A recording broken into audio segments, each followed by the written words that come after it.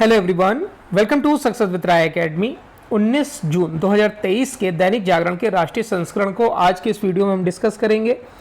तो चलिए इस राष्ट्रीय संस्करण को स्टार्ट करते हैं हम डिस्कस करना। सबसे पहली और जो मेन हेडिंग यहाँ पर बनाई गई है वो है कि जेई एडवांस में आईआईटी हैदराबाद जोन का दबदबा, यानी कि जो शुरुआत की 10 रैंकिंग है, यानी कि टॉप 10 जो हैं उसमें से 6 लोग सिर्फ हैदराबाद से ही हैं। जैसे यहाँ पर लिस्ट भी देखिए दी गई है।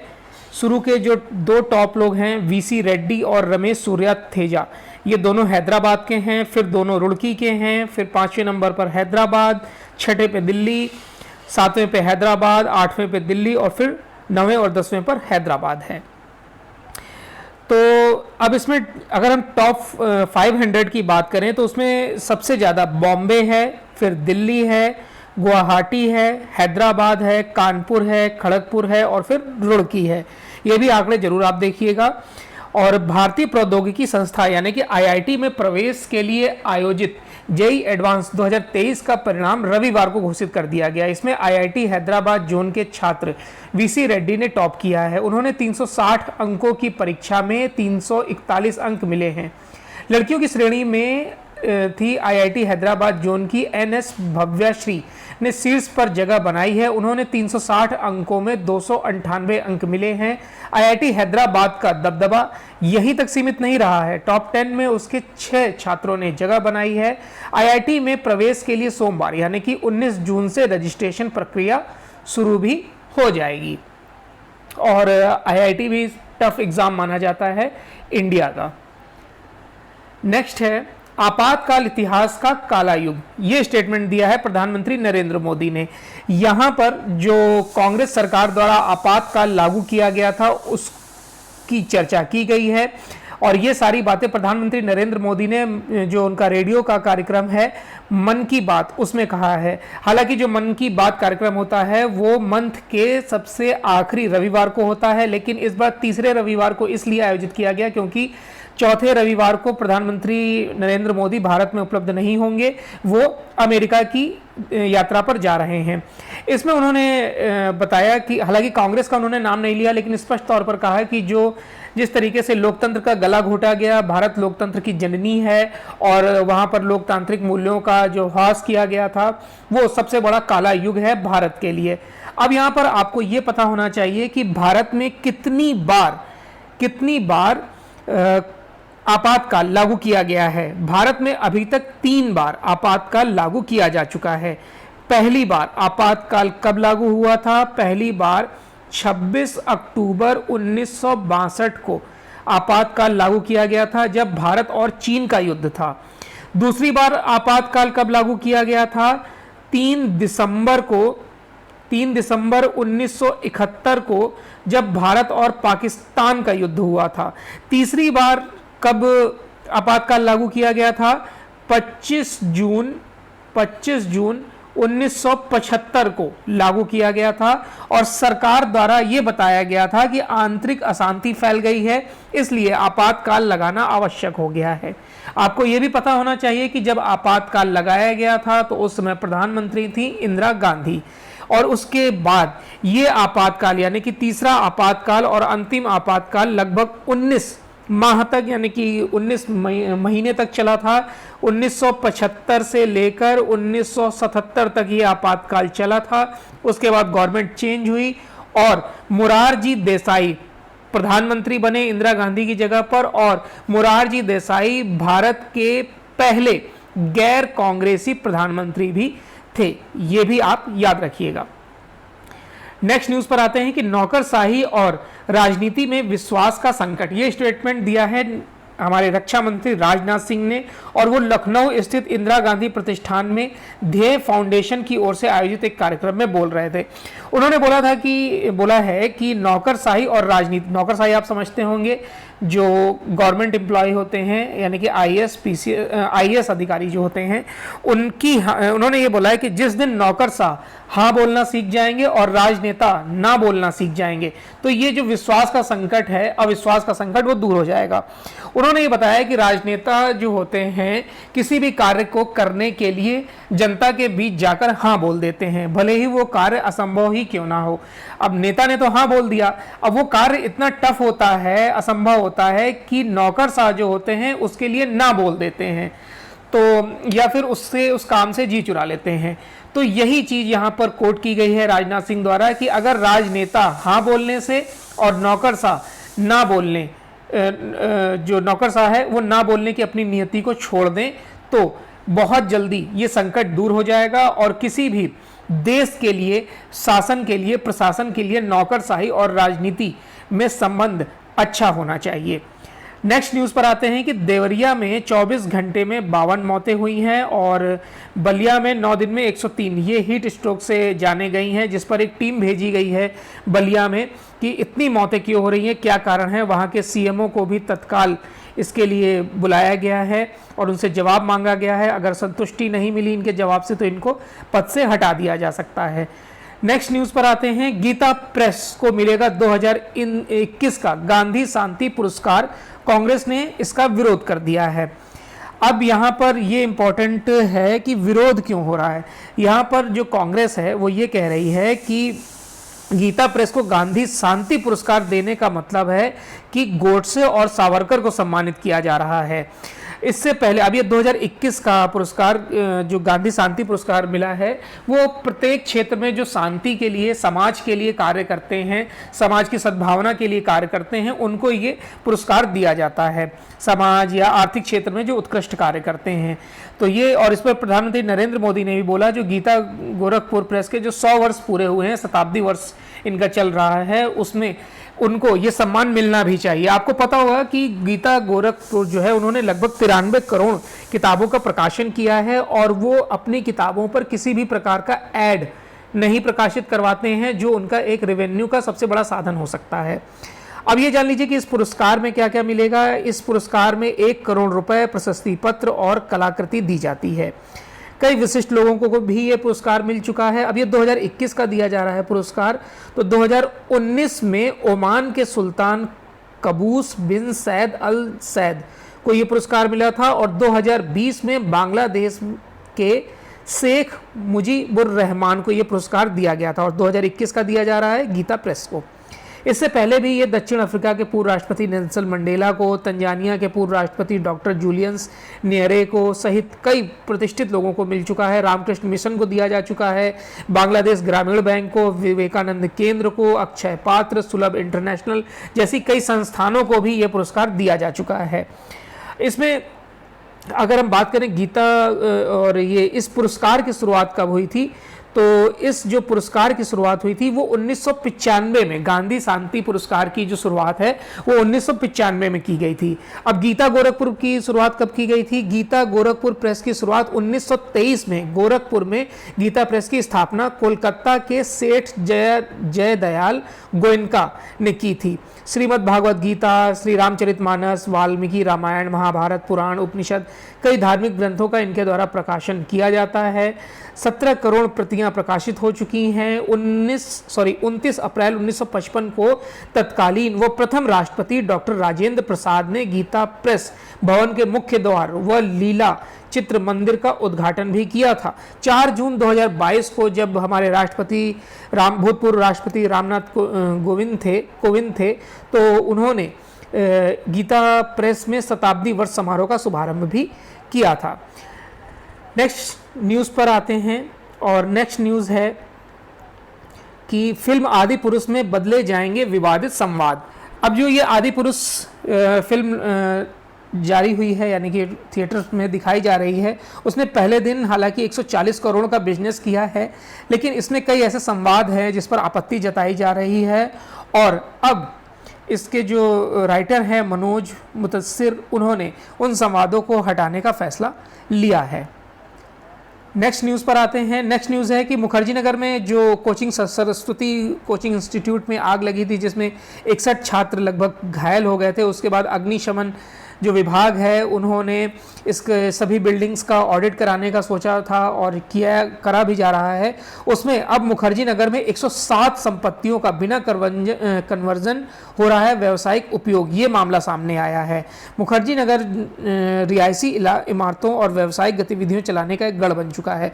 बीते एक दशक में यहाँ कोचिंग सेंटरों की बाढ़ सी आ गई है। ज़्यादातर घरों में या तो कोचिंग सेंटर चल रहे हैं या फिर लाइब्रेरी या पीजी बनाकर संपत्ति मालिक चांदी काट रहे हैं, लेकिन नगर निगम को शुल्क देने में अब कतरा रहे हैं। इन संपत्तियों का व्यावसायिक उपयोग भी हो रहा है, लेकिन संपत्ति मालिकों ने अभी तक इनका कन्वर्जन नहीं कराया है। दिल्ली नगर निगम के अनुसार मुखर्जी नगर वार्ड क्षेत्र में 631 व्यावसायिक संपत्तियां हैं। इनमें से 524 ने कन्वर्जन चार्ज जमा कर रखा है, लेकिन शेष 107 ने अभी तक कन्वर्जन चार्ज जमा नहीं किया है और उन पर कार्रवाई की जाएगी। उनके लिए नोटिस जारी कर दिया गया है। सरकारों में इच्छा शक्ति हो तो परिवर्तन संभव है, ये दिल्ली के शिक्षा मंत्री आतिशी ने बोला है। जिस तरीके से मनीष सिसोदिया ने शिक्षा मॉडल को मजबूत किया है दिल्ली के, उसको यहाँ पर उन्होंने बताया है। वो ब्रिटेन दौरे पर हैं और कैम्ब्रिज विश्वविद्यालय में फैकल्टी के समक्ष दिल्ली के शिक्षा मॉडल की उपलब्धियों को वो साझा कर रही थी। जो मनीष सिसोदिया हैं वो आबकारी घोटाले के मामले में जेल में हैं, तिहाड़ जेल में हैं। सिग्नेचर ब्रिज से डीएनडी एलिवेटेड कॉरिडोर परियोजना पर लगी रोक, ये न्यूज़ इम्पॉर्टेंट नहीं है। गोली मारी गई है, ये भी न्यूज़ इम्पॉर्टेंट नहीं है, इस न्यूज़ को भी डिस्कस नहीं करेंगे। नेक्स्ट पेज पर आते हैं। नेक्स्ट पेज है कि विदेशी संसद में 12वीं बार होगा प्रधानमंत्री मोदी का संवाद। अब देखिए, सबसे ज़्यादा विदेशों में संसद में संवाद किसने दिया है? सबसे ज़्यादा बार दिया है नरेंद्र मोदी ने, 11 बार दे चुके हैं। अब वो अमेरिका जा रहे हैं, जब वो संबोधित करेंगे तो वो 12वां नंबर होगा। उससे ज़्यादा मनमोहन सिंह ने 7 बार, इंदिरा गांधी ने 4 बार, जवाहरलाल नेहरू ने 3 बार, अटल बिहारी वाजपेयी ने 2 बार, राजीव गांधी 2 बार, मोरारजी देसाई ने 1 बार और वीपी सिंह ने 1 बार संबोधित किया है। अगले हफ्ते जो अमेरिका की राजकीय यात्रा पर जा रहे हैं प्रधानमंत्री नरेंद्र मोदी, 22 जून को अमेरिकी संसद के संयुक्त अधिवेशन को संबोधित करेंगे। यह मोदी का अमेरिकी कांग्रेस में दूसरा और विदेशी संसद में 12वां संबोधन होगा। प्रधानमंत्री मोदी देश के पहले प्रधानमंत्री बन गए हैं जिन्होंने सबसे ज़्यादा बार दूसरे देशों की संसद में भाषण दिया है। अपने कार्यकाल के 9 वर्षों में उन्होंने 11 देशों की संसद को संबोधित किया है। इससे पहले इस मामले में दूसरे स्थान पर पूर्व प्रधानमंत्री मनमोहन सिंह हैं। चलिए नेक्स्ट न्यूज़ पर आते हैं। यूक्रेन विवाद का असर G20 शिखर सम्मेलन पर भी संभव। अब देखिए, जो महाबलीपुरम यानी तमिलनाडु में सोमवार यानी 19 जून से भारत की अगुवाई में G20 देशों की सस्टेनेबल फाइनेंस वर्किंग ग्रुप की 2 दिवसीय बैठक शुरू होने जा रही है। बैठक की तैयारियों में जुटे वित्त मंत्रालय के अधिकारियों को डर है कि यहाँ भी कुछ देश यूक्रेन का मुद्दा उठाएंगे। दरअसल पिछले दिनों जो G20 देशों के सामाजिक व आर्थिक विकास मंत्रियों की बैठक में अमेरिका, ब्रिटेन और कुछ देशों ने जिस तरह यूक्रेन के मुद्दे पर मध्यस्थता करने की भारतीय कोशिश को दरकिनार किया है, उससे भारतीय खेमे में चिंता तो बढ़ गई है। अगर यूक्रेन का मुद्दा हर बैठक में यूं ही हावी होता है तो सितंबर 2023 में होने वाले शिखर सम्मेलन के बाद संयुक्त घोषणा पत्र जारी करने की कोशिशों पर पानी फिर सकता है। G20 के बारे में आपको बताया जा चुका है। इसमें 20 कंट्रियां हैं, एक यूरोपीय यूनियन और टोटल और 19 देश हैं। इसमें भारत भी शामिल है। भारत भी इसमें शामिल है और 1 दिसंबर 2022 से 30 नवंबर 2023 तक 23 तक इसकी अध्यक्षता भारत को मिली हुई है और मोटिव रखा गया है, थीम रखी गई है वसुधैव कुटुंबकम। G20 समूह में जो 20 देश हैं उनके बारे में जान लीजिए। अर्जेंटीना, ऑस्ट्रेलिया, ब्राज़ील, कनाडा, चीन, यूरोपीय union, France, Germany, Bharat, Indonesia, Italy, Japan, Mexico, रूस, सऊदी अरब, दक्षिण अफ्रीका, दक्षिण कोरिया, तुर्की, यूनाइटेड किंगडम और अमेरिका। आप चाहें तो इसका स्क्रीनशॉट भी ले सकते हैं। नेक्स्ट न्यूज़ पर आते हैं, वो है बाजार को बढ़ावा देने के लिए संयुक्त राष्ट्र ने की भारत की प्रशंसा। देखिए, संयुक्त राष्ट्र की कृषि विकास निधि ने बाजार की खेती को प्रोत्साहित करने के भारत के प्रयास की सराहना की है। साथ ही 18 देशों को 18 लाख टन गेहूं का निर्यात करने के लिए भारत की प्रशंसा की गई है। भारत ने गेहूं का यह निर्यात तब किया था जब 2022 में यूक्रेन युद्ध के चलते विश्व के कई देशों में खाद्यान्न संकट पैदा हो गया है और विश्व में खाद्यान्न की कीमतें बढ़ रही हैं। IFAD के प्रमुख अल्वारो लारियो ने कहा कि G20 देशों के अध्यक्ष के रूप में भारत वैश्विक खाद्य व्यवस्था के सुधार में महत्वपूर्ण सहयोग दे रहा है। PSU में 2 लाख से अधिक नौकरियां कर दी गई हैं खत्म। ये स्टेटमेंट दिया है राहुल गांधी ने। कांग्रेस के जो पूर्व अध्यक्ष है राहुल गांधी ने दावा किया है कि सार्वजनिक क्षेत्र के उपक्रमों यानी कि PSU में 2 लाख से अधिक नौकरियां खत्म कर दी गई हैं। राहुल ने आरोप लगाया कि सरकार अपने कुछ पूंजीपति मित्रों के फायदे के लिए लाखों युवाओं की उम्मीदें कुचल रही है। PSU भारत का गौरव और रोजगार के लिए हर युवा का सपना होता है और सरकार जो है इस बार उसको प्राथमिकता नहीं दे रही है। चलिए नेक्स्ट न्यूज़ पर आते हैं। नेक्स्ट पेज है बिजनेस पेज। बिजनेस पेज में हम पहली न्यूज़ ले रहे हैं, NPS से पैसा निकासी के मिलेंगे विकल्प।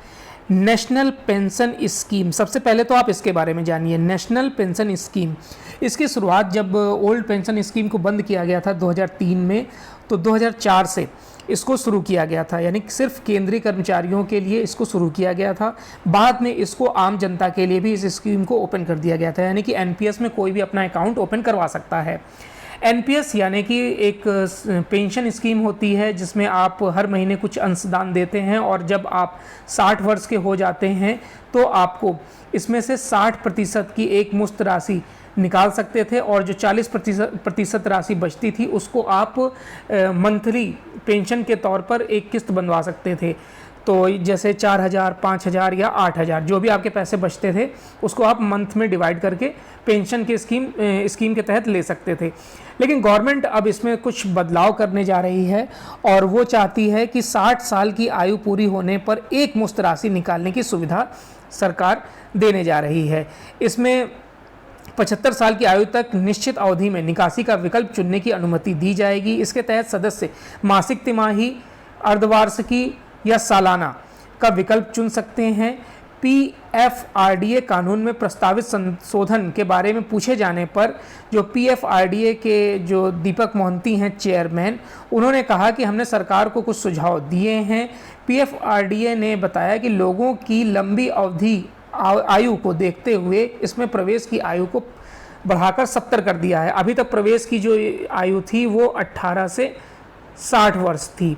पेंशन को अब जो ये पेंशन कोष नियामक एवं विकास प्राधिकरण है PFRDA, इसके बारे में भी जान लीजिए। इसमें PFRDA का जो फुल फॉर्म होता है वो होता है pension fund regulatory and development authority. इसकी जो स्थापना है वो 19 सितंबर 2013 को अधिसूचित की गई थी और 1 फरवरी 2014 को इसे लागू कर दिया गया था PFRDA को। यानी कि जो पेंशन धारक हैं या जो कोई पेंशन स्कीम लेता है, चाहे वो LIC की ले या फिर किसी भी और भी बैंकों की, तो उनकी निगरानी के लिए इस संस्था को बनाया गया था। जैसे कि बैंकों के लिए RBI है, बीमा क्षेत्र के लिए IRDA है, उसी तरीके से जो पेंशन स्कीम है उनके लिए PFRDA है। इसमें एक अध्यक्ष होता है और 3 पूर्णकालिक सदस्य होते हैं। इसका मेन काम क्या होता है आपको बता दिया गया। लेकिन अब NPS में ऐसी स्कीम लाई जा रही है कि लोग इस चाहें तो ज़्यादा राशि, यानी अभी तक जो 60% था उससे भी ज़्यादा राशि इसमें निकाल सकते हैं और उम्मीद है कि सितंबर तक इस योजना को लागू किया जा सकेगा। अभी राष्ट्रीय पेंशन योजना के जो अध्यक्ष हैं यानी कि PFRDA के जो अध्यक्ष हैं वो हैं दीपक मोहंती। चालू वित्त वर्ष में शुद्ध प्रत्यक्ष कर संग्रह में 11.78% की वृद्धि हुई है।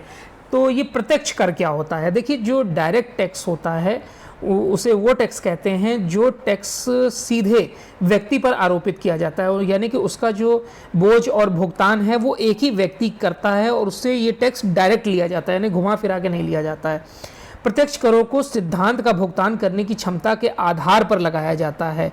अब ये प्रत्यक्ष कर होते कितने प्रकार के हैं, जैसे कि एग्जाम्पल, कुछ टैक्स के आपको एग्जाम्पल देंगे, जैसे कि आयकर हो गया यानी कि इनकम टैक्स हो गया, कारपोरेट टैक्स हो गया, संपत्ति टैक्स हो गया, विरासत टैक्स कर हो गया, गिफ्ट टैक्स हो गया। ये सब डायरेक्ट टैक्स में आता है, यानी प्रत्यक्ष कर में आता है। तो चालू वित्त वर्ष यानी कि 2023-24 में जीएसटी के साथ ही प्रत्यक्ष कर संग्रह में भी वृद्धि की रफ्तार तेज बनी हुई है। अगर हम बात करें वित्त मंत्रालय की तरफ से जो रविवार को आंकड़े जारी किए गए हैं, उसमें बताया गया है कि 17 जून 2023 तक सकल आय कर संग्रह जो है वो 4,19,388 करोड़ रुपए रहा है और ये पिछले वर्ष के मुकाबले 12.73% ज़्यादा है, यानी कि 39,578 करोड़ रुपए की राशि इसमें रिफंड भी की गई है। तो ये एक अच्छा आंकड़ा है अर्थव्यवस्था के लिए। अब हम आते हैं नेक्स्ट न्यूज़ पर, जिसमें है कि एफटीए में सेवा क्षेत्र के लिए समान अवसर चाहते हैं भारत और ब्रिटेन। एफटीए यानी कि फ्री ट्रेड एग्रीमेंट उन देशों के जिन दो देशों के बीच हो जाता है, उसमें आयात और निर्यात को लेकर कई सुविधाएं हो जाती हैं, कई टैक्सेस में रियायतें दी जाती हैं, कई क्षेत्र ओपन हो जाते हैं, इसका लाभ जो है वो जनता को मिलता है। तो एफटीए भारत लगातार कई देशों के साथ कर रहा है। एफटीए जो है वो वाणिज्य और उद्योग मंत्रालय द्वारा किया जाता है, ये भी आपको पता होना चाहिए। सबसे ज़्यादा अगर हम बात करें विश्व में किस देश ने एफटीए दूसरे देशों के साथ किया हुआ है, तो वो है ब्रिटेन। भारत ने अभी तक ब्रिटेन के साथ नहीं किया हुआ है। ब्रिटेन ने 35 देशों के साथ एफटीए किया हुआ है। दूसरे स्थान पर आयरलैंड है जिसने 32 देशों के साथ एफटीए किया हुआ है।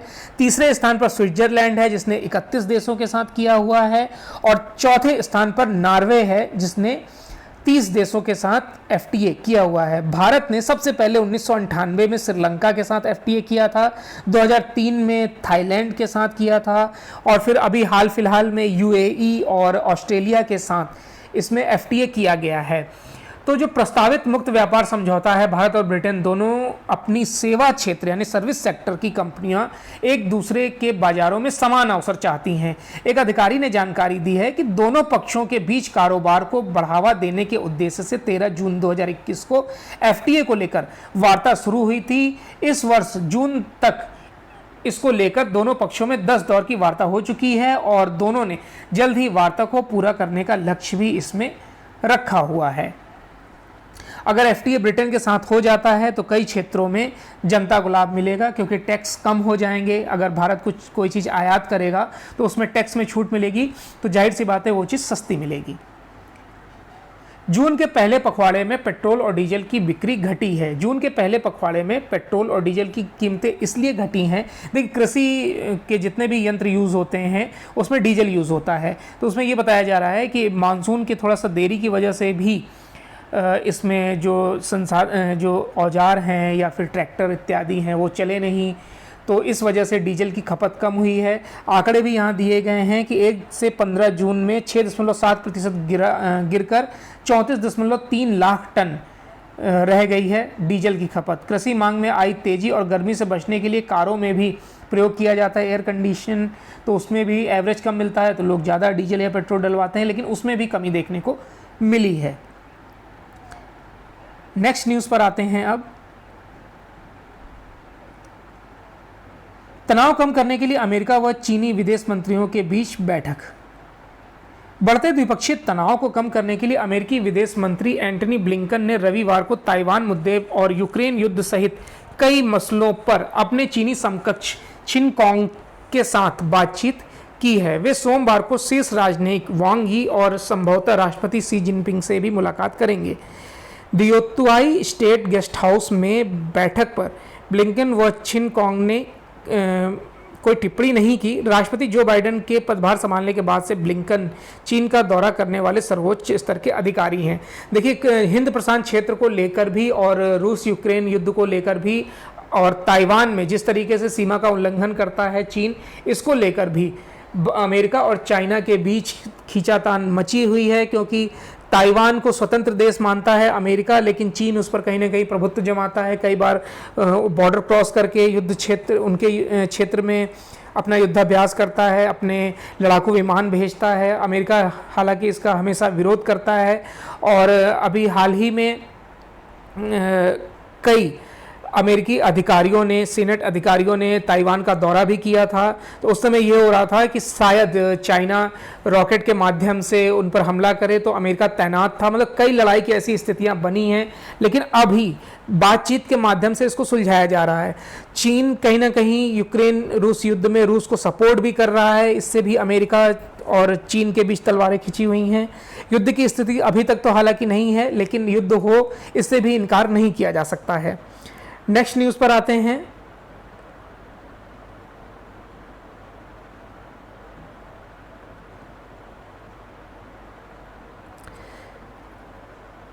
नेक्स्ट न्यूज़ में नवाज शरीफ फिर से देश वापसी कर सकते हैं, पाक सीनेट में अहम विधेयक पारित। हालांकि ये इम्पोर्टेंट न्यूज़ नहीं है, और इंटरनेशनल पेज में और कोई इम्पोर्टेंट न्यूज़ भी नहीं है कि उसको डिस्कस किया जाए।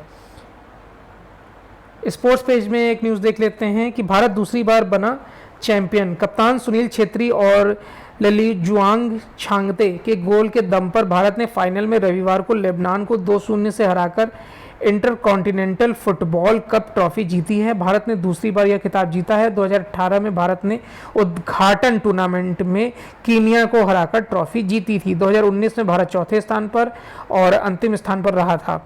उड़ीसा के मुख्यमंत्री नवीन पटनायक ने विजेता टीम को 1 करोड़ रुपए देने की घोषणा की है। सबसे ज़्यादा अंतर्राष्ट्रीय गोल करने के मामले में तीसरे स्थान पर काबिज छेत्री ने पहला हाफ गोल रहित ड्रॉ रहने के बाद मैच के 46वें मिनट में किया। इसमें सात्विक चिराग ने रचा इतिहास। भारतीय जोड़ी ने पहली बार Indonesia Open super 1000 badminton tournament भी जीता है। भारतीय बैडमिंटन खिलाड़ी सात्विक साईराज रेड्डी और चिराग शेट्टी की भारतीय जोड़ी ने Indonesia Open super 1000 badminton tournament का खिताब जीतकर इतिहास रच दिया है। रविवार को खेले गए पुरुष डबल्स के फाइनल में छठी वरीयता प्राप्त भारतीय जोड़ी ने मलेशिया के आरोन चिया और वुई यिक सो की विश्व चैंपियन जोड़ी को 21-17, 21-18 से हरा दिया। तो ये आज का यानी 19 जून 2023 का दैनिक जागरण का राष्ट्रीय संस्करण था। आई होप आपको वीडियो अच्छा लगा होगा। अगर वीडियो अच्छा लगा हो तो लाइक और शेयर कर दीजिएगा। वीडियो देखने के लिए धन्यवाद।